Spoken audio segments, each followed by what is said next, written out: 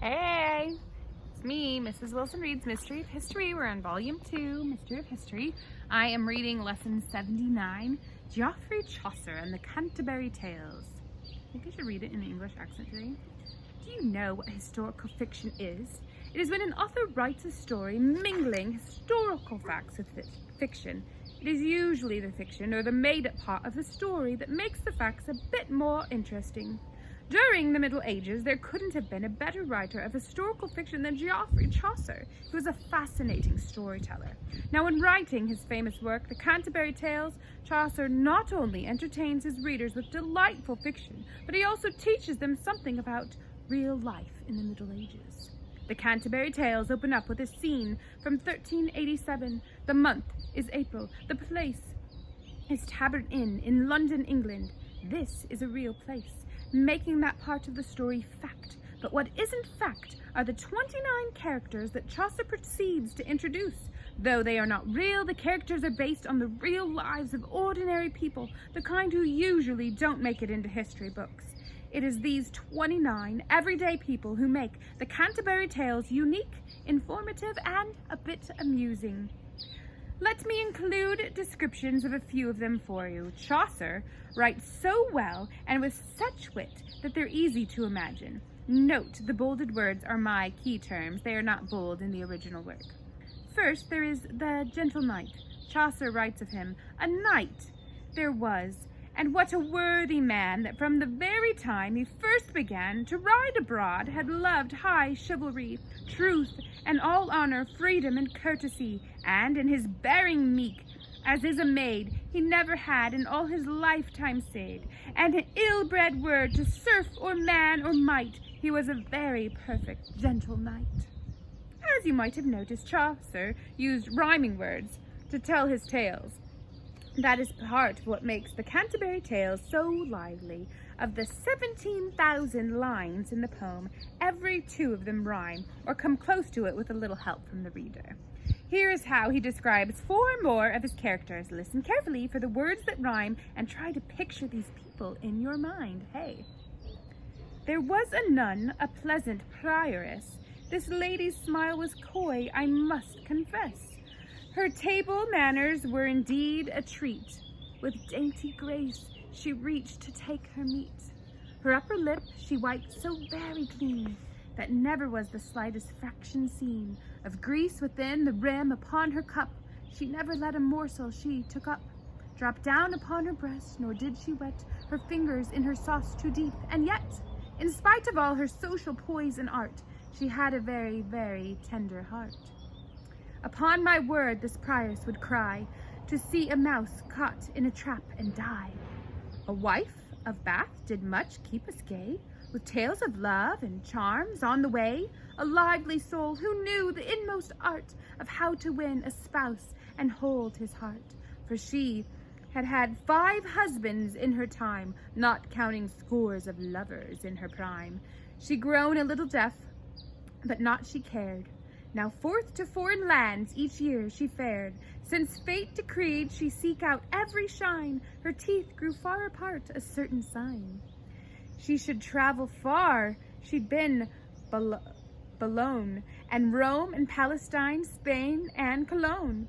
The towering headdress wore upon her hair, on Sunday weighed a full 10 pounds, I swear. The mantle round her waist did not conceal red stockings and a spur upon each heel.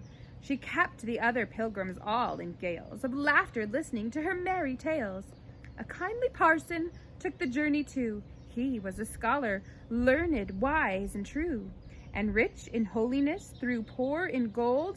A gentle priest, whenever he was told that poor folks could not meet their tithes that year, he paid them up himself. For priests, it's clear, could be content with little in God's way. He lived Christ's gospel truly every day. He was a Christian both in deed and thought. He lived himself, the golden rule he taught.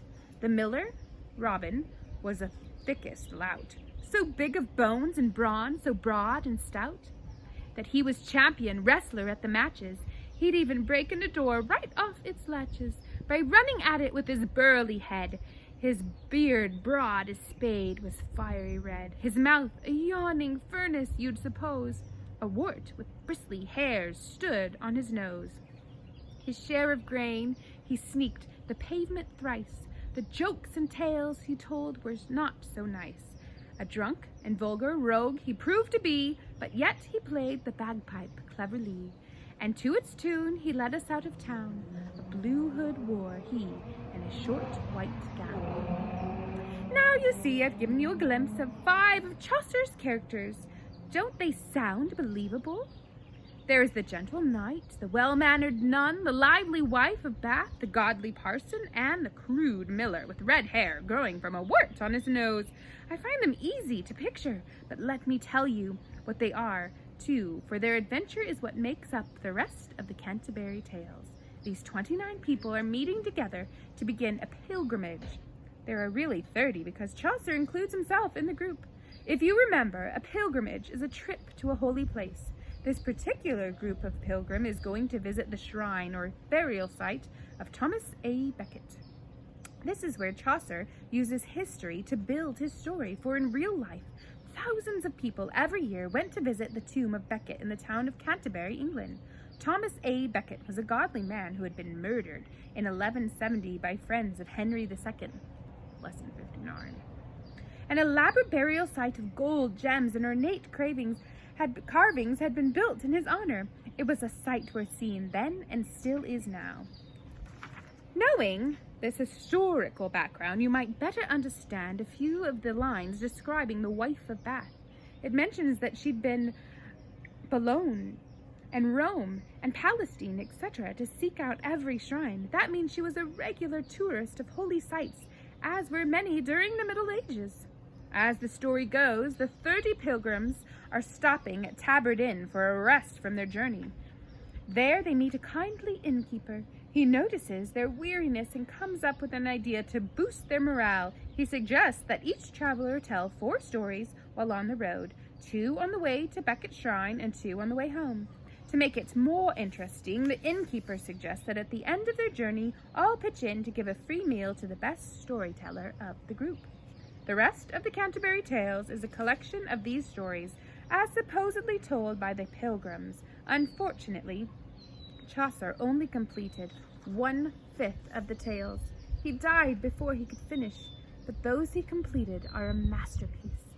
And unlike Dante's great work, which is Italian, we can read Chaucer's work in its original English language, catching all the rhymes and rhythms as they exist. I only have room to retell one of these fabulous tales. I will choose the story of Chanticleer and the Fox, as told by the nun's priest. Of course, the priest was fictitious. Chaucer really wrote all the tales.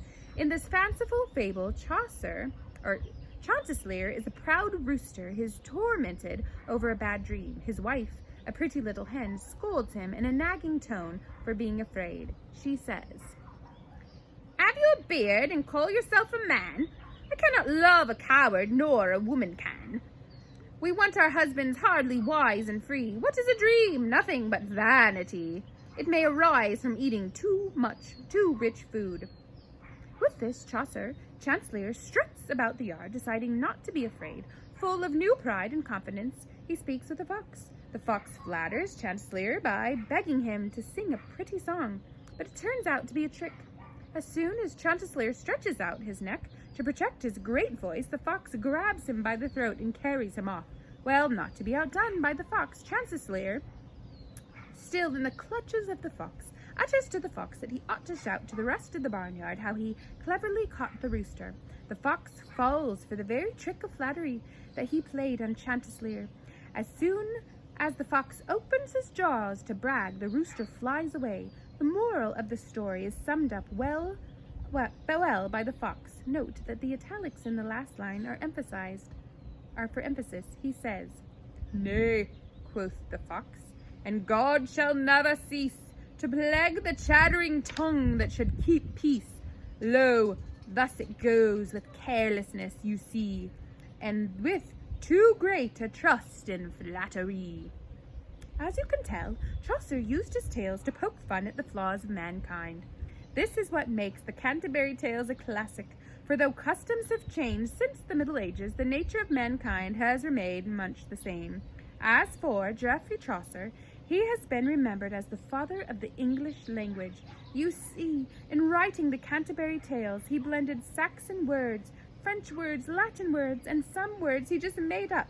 In doing so, he created a language that is the basis for English today. He had gathered words from his own life, experiences growing up in London and traveling around Europe. I doubt he realized when he wrote what an influence he would have had on the world, which speaks a great deal of English.